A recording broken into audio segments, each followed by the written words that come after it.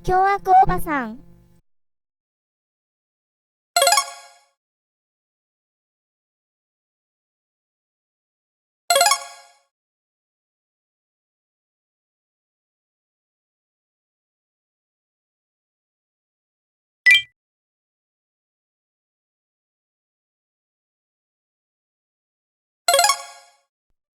被告人と夫は当時別居中。事件当日、夫と愛人は自宅で鍋料理を食べていました。お鍋は電気コンロの上に置かれていたので熱々。突然、被告人が入ってきました。ふざけんじゃねえ、何やってんだよ。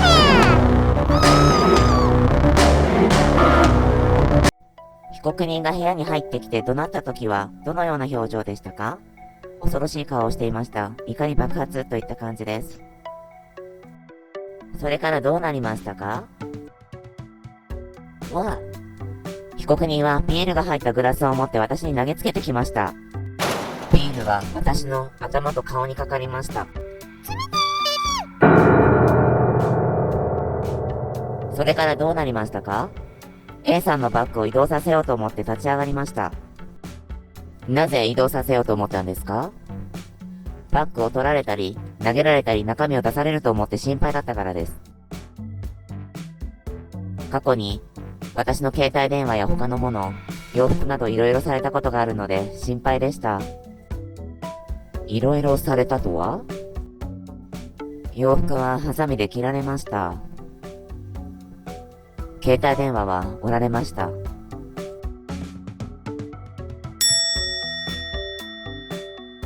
夫は愛人のバッグを持って戻り、彼女の前に座ってバッグを背中に隠しました。被告人はテーブルを持ち上げてひっくり返そうとしましたが、反対側の壁にぶつかって持ち上げることすらできずに諦めました。その時、コンロの上に置いてある鍋がずれました。それからどうなりましたか？コンロの下を持って少し上げ、前に押し出しました。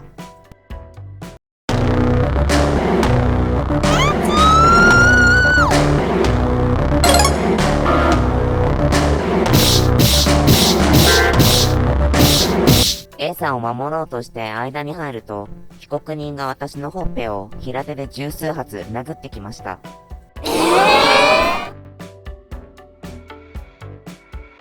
それからテレビを破壊し始めました。素手でグーで3発、足で1発画面を切りました。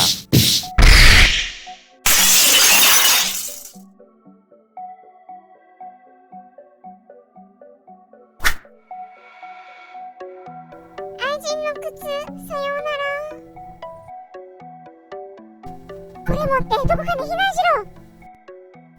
靴がない愛人は裸足で逃げました。夫もやけどを負いましたが、愛人はかなりの重傷でした。この日、妻が来ることを全く予期していなかった夫。この日に不倫がバレたんですね。そうです。その時の心境は、私は別居を始めてから別れようと思っていました。離婚届は3通出しましたが、すべて破かれてしまいました。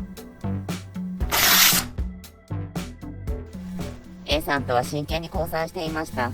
でも離婚していないので不倫に当たります。ただ、被告人と別れて A さんとって思っていました。この時、あなたは動揺してましたか？もちろんしていました。動揺した状態で被告人の動きを確認・目視できていましたか？はい。前にも暴力がありまして、次に何をするか見ておく必要がありました。昔、包丁を持ってきて刺すふりをしたこともありました。なので、常に見ておかないとと思っていました。電気コンロのコードに被告人がつまずいた可能性はありますか？それはありません。被告人は歩きにくそうにしていましたか？それはありません。逆に、その足を使ってテレビを蹴ったくらいなので、ないです。後日開かれた公判で、被告人は事実を否認しましたが、